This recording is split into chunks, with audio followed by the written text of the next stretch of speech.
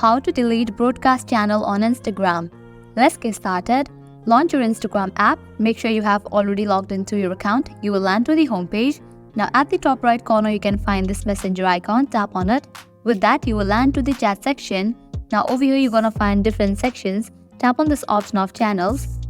Now from this page, you can easily delete broadcast channel of your Instagram account.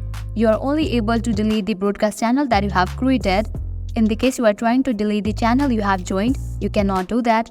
But what you can do is leave the broadcast channel. For that, open the channel. At the top, you'll find the channel name. Tap on it. Now tap on these three dots. Select the option leave. Tap on leave. Likewise, if you're trying to delete the channel you have created, all you have to do is long press on it. And with that, different options will pop up. You have to select the option of delete, and with that, your channel will be deleted. This is how you can delete broadcast channel on Instagram.